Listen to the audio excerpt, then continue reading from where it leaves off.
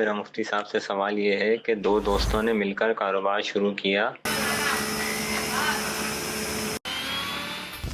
اور بعد میں ایک علیحدہ ہونا چاہتا ہے، تو اس کا ایسا کرنا درست ہے؟ اور علیحدہ ہونے والے کا حصہ کس طرح نکالا جائے گا؟ اگر دونوں کا شیئر اور کیپٹل تھا تو یہ شراکت کہلاتی ہے۔ شراکت کے اندر جو ہے وہ ایک فرد جب علیحدہ ہونا چاہے تو علیحدہ ہو سکتا ہے، لیکن جو خطرات ہیں اس کو بھی سامنے رکھا جائے۔ ایٹ اے ٹائم علیحدگی نہ کی جائے۔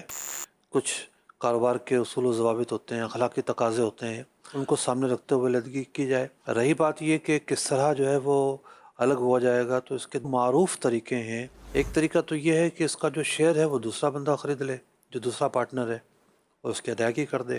اور دوسرا یہ کہ کسی تھرڈ پرسن کو لے آئیں دونوں رضامندی کے ساتھ، ٹھیک ہے آپ نکل رہے ہو تو فلاں جاتا ہے۔ تیسرا طریقہ ہے وہ یہ ہے کہ اب یہ کاروبار ختم، سب چیزیں کلوز کر کے مال و اسباب یعنی جو ایسیڈ ہے وہ بیچ کر لیکوڈ کیا جائے گا، یعنی کیش کی صورت میں لایا جائے گا، کیپٹل نکالا جائے گا، نفع تقسیم کیا جائے گا۔ یہ اس کے تین طریقے ہیں۔